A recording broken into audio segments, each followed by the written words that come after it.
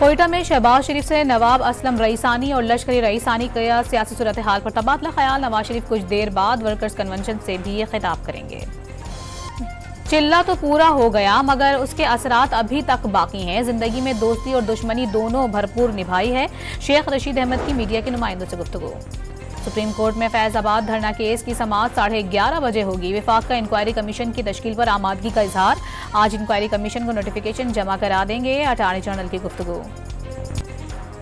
लाहौर की anti corruption अदालत में मास्टर प्लान में मुबैना बदउनवानी केस की समाअत। परवेज इलाही की अहलिया कैसरा इलाही और रासिक इलाही की अबूरी जमानतों में 1 दिसंबर तक तौसी।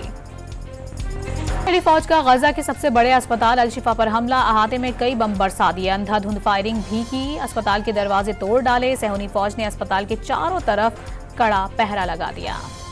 अल-शिफा अस्पताल के अहाते में 120 से ज्यादा फलस्तीनियों की इज्तिमाई तदफीन। बिजली और ईंधन की अदम दस्तियाबी के बायस जान बचाने के लिए नौज़ायदा बच्चों को गर्म पानी के करीब रखा जाने लगा। अल-शिफा अस्पताल में जख्मियों को तनहा न छोड़ने और आखिर तक उनका साथ देने वाले डॉक्टर को भी सहूनी फौज ने शहीद कर दिया।